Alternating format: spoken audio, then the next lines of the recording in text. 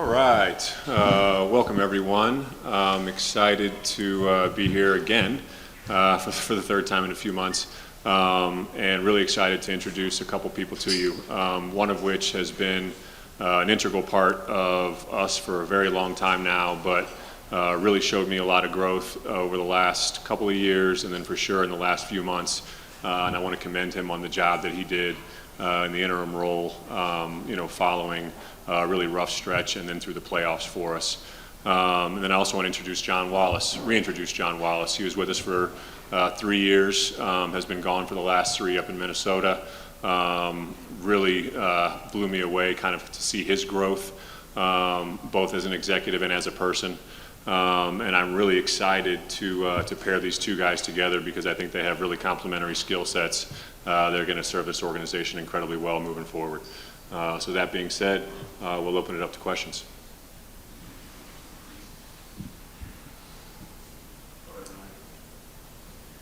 First of all, John, welcome to Denver. Welcome back. This question's for Josh. Just how did you eventually come to the decision of kind of divvying up these roles, and just can you continue to explain just the layout of the responsibilities in what is kind of an abnormal situation? Abnormal. It's an interesting word. I think that unorthodox could be another word. But I think that really most everything that has got us to this point has been unorthodox. We've hired first-time guys before, and our best player is the 41st pick in a very unorthodox manner, the way he plays the game. So everything about us is unorthodox. I think from a process standpoint, I think it was important for us as an organization and myself and my father to really slow down, take stock of what the organization really needed at this point in time, talk to a lot of different people from a lot of different areas and gain a lot of different perspective, both in the basketball world and out of the basketball world, and really kind of nailing down what the Denver Nuggets need, and that's the margins on the outside of our roster. And I think that both John and Ben complementary skill sets are really going to help us address those things in a creative way moving forward.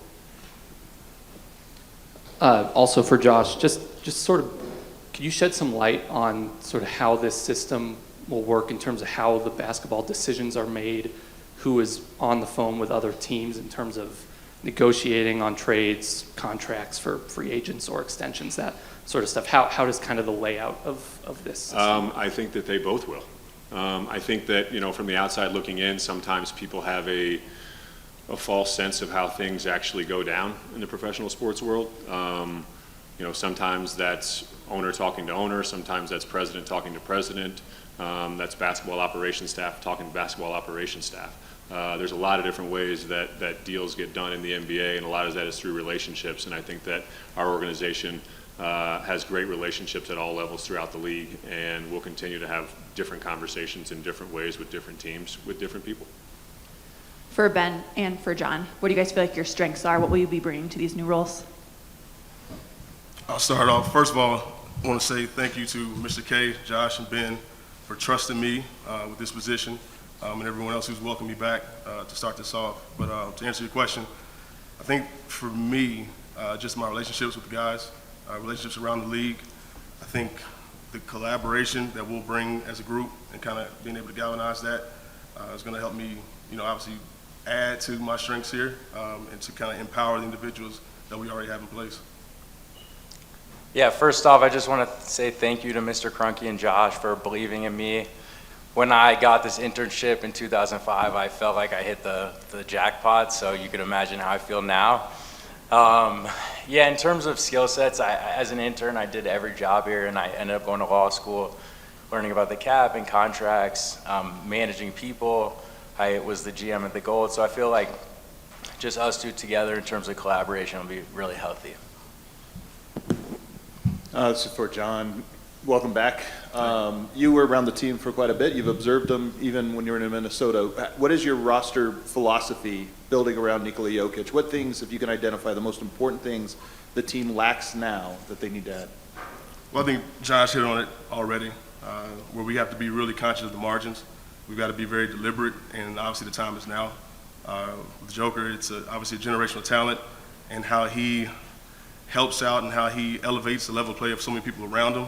We've got to make sure that, we find some more shooting, obviously address some of the defensive concerns. But I think we have both young individuals here that can step up and do that as we continue to develop them, as well as, we'll look outside and see what makes sense. This is for Ben and Josh, you can chime in if you would like, but we're 2 years into the new collective bargaining agreement. You've existed in this kind of environment. I'm curious how your thoughts on the aprons have evolved over the last couple of years, and if, the second apron is kind of serving as a hard cap. Yeah, it's a fascinating one because when there's this new CBA, there's unintended consequences that then come with that. So we're studying everything right now. The second apron is challenging because it's very restrictive if you go over that. So yeah, we're looking at everything, and we're very aware of those rules. Ownership has always provided us the resources we need, and we feel like we'll always have that. From an ownership perspective, around the second apron, there was a lot of conversations last summer about KCP and us re-signing him and around the second apron. And we never really got any pointed questions about that, or at least I didn't. And it was a fascinating one because we really did every exercise looking through retaining him and what that meant under the new rules. And I think that for us as an organization, going into that second apron is not necessarily something that we're scared of. I think that there are rules around it that we needed to be very careful of with our injury history. The wrong person gets injured, and very quickly you're into a scenario where that I never want to have to contemplate, and that's trading number 15. And so, we're very conscious of that pushing forward, and providing the resources that we can when the moment arrives. But that second apron, is it a hard cap? I'm not 100% sure, but it's something that teams are obviously very aware of going forward. So I kind of piggyback off Vinny's question there. In this age of the apron, how do you treat free agency? Has it changed how you guys look at free agency and with building depth and building this team? Any one of you?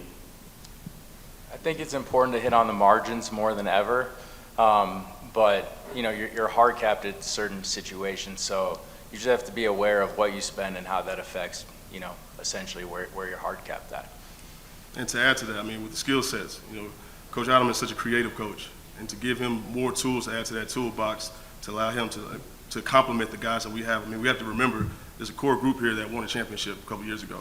So, when these guys are healthy and at their best, they're one of the best starting lineups in the entire league. So just to kind of put certain skills, certain things that can kind of alleviate the ceiling of us, and just kind of add compliments to DA's toolbox. For Ben or John, whoever wants to take it, the draft tipping off tomorrow, getting into this job full-time just yesterday, what's the approach without having any draft picks? Are y'all trying to get in there? How do you try and handle it with such a short turnaround? I think right now just being patient, kind of checking out the landscape, seeing what's there, what could come our way. But at the same time, we're going to do our due diligence to kind of be ahead of the curve and be prepared for whatever might shake itself out.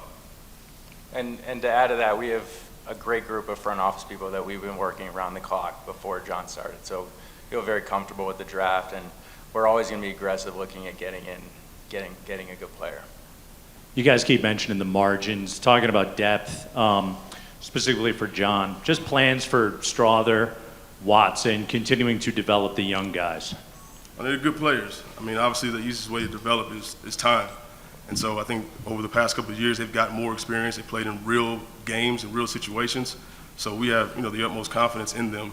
It's just a matter of, kind of restructuring that and having a new approach this year with a few new voices. But the energy and the outcome and the, expected outcome is still the same.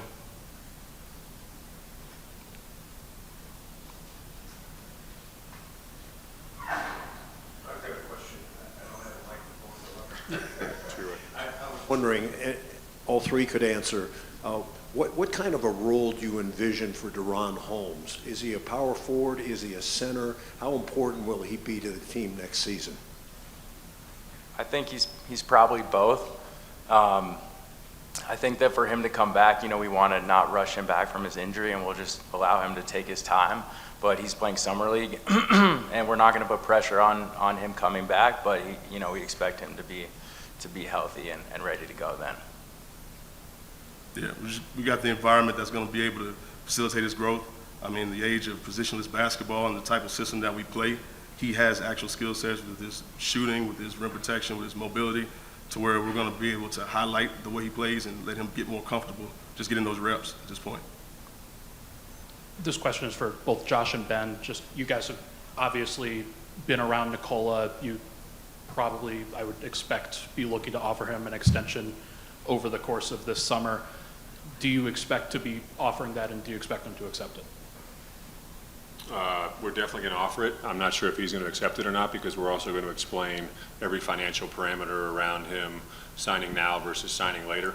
Be completely transparent. That's the way we always are, and then he makes the best decision for himself and his family, and we'll support him in it. John, what made you want to come back to Denver? Familiarity is always key in the situation. I mean, being able to work with good people has always been on the top of my list. Knowing Ben prior, knowing the individuals that make up our office, front office, coaching staff, it just seemed, sort of a no-brainer. And obviously, having the ability to work with, Jamal, Nikola, AG, Mike, that's always, an added bonus as well. So it makes sense. This is for Josh, but also Ben, I'm curious what you think, since you've been around KSE, not just the Nuggets, but KSE for a while. What property team have you observed a front office structure, and you said that really works? We need to learn the most from this team and how the front office was structured. And what are some of the key details that you think make for good front office structure? It's a great question, Adam. I think that, different front offices and different organizations require different things at different points in time. I think from a Nuggets perspective right now, we're not starting from scratch. We need to hit the ground running come game one next year.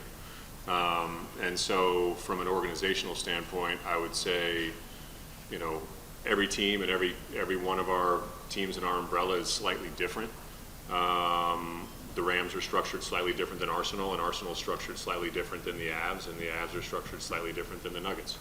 But I think that the best, to answer your question, I would say that the best traits involve constant communication, people challenging one another, going into a room and challenging different beliefs about themselves and the team, and then coming out unified as decision makers and all in together.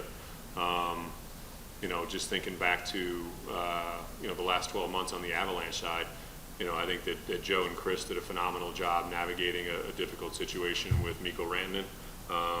Kevin, my dad, and I were involved on the periphery of all those discussions, and then eventually you make a decision together and you move forward. So I've seen it all in different sports in different ways, and I'm really excited to see what this group can do together, because I think they have all the traits to be really successful. I would just add synergy and collaboration is always key for every organization I've seen with the Kroenkes and what they own. I was able to go over and see Arsenal recently, and I've spent some time with the Rams and the Avs, and you need good people, a healthy working environment. It's good to disagree, but collaboration and being together is everything. Great question, Adam. On that note, Ben, when you collaborate with John, if you guys disagree, how do you fix that? I honestly think it's really healthy to disagree, and we have a great group, some of the front offices over there, and we disagree constantly. But what's important is, we make a decision together, and we're united. And we have great leaders, Josh, Mr. Kroenke, Kevin Demoff, even Mike Neary, who's a leader at KSE. We have great people around to help navigate these things. Yeah, I mean, like Ben said, you got to have tough conversations. I think having individuals who kind of have the temperature and kind of seek out the temperature amongst the individuals involved in said collaboration, I think is important. I mean, the game of basketball is about adjustments, and the league can sometimes become sort of a copycat situation, and I commend these guys for having the forward vision and being progressive, just in the structure of what we have in place. And so I think you got to be able to have that connectivity to know who to talk to, how to talk to them, and then reach that desired outcome. Ben, you had the opportunity to be the interim GM for the last 2 months or so. What were some of the things you were up to, and what were some of the things you learned in that role that you're going to take forward and, to your new role?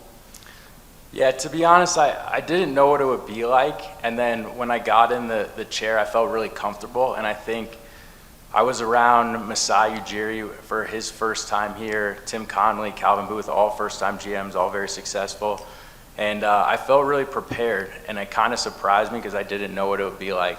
But we have a great front office, so it was easy to lead that group through draft prep, free agency, all those things. The team is amazing, and I would say Coach Adelman did an amazing job.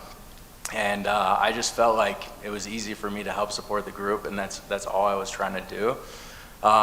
In this role, you know, it's a new challenge with John, and it'll be really fun to collaborate with him. And I feel like the last couple months working with Josh closely, I feel ready for this new responsibility.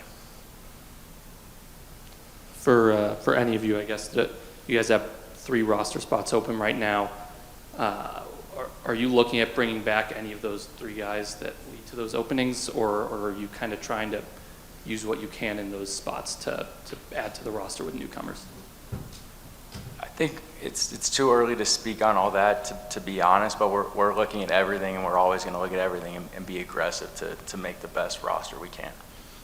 John, you want to add? Just it's too early right now. Obviously, we know what we've had and kind of know what's out there. We just got to kind of go back to the drawing board next couple of days and be objective and kind of see what the immediate needs are and address them as such.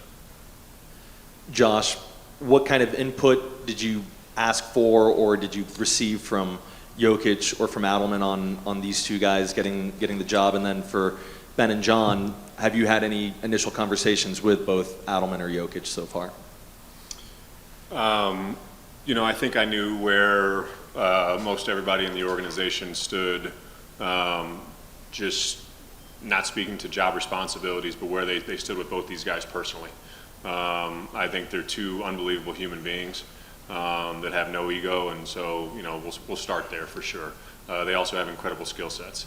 So to answer your question about DA and Yoke, I think, one, they know these guys as people, but they also know their skill sets, and I think that they're both really excited to have them in the roles that they're going to be in moving forward, both personally and professionally. Josh, do you anticipate adding anybody else to the front office, or do you feel good about where you guys are at? I think this was the most important first step for us right now.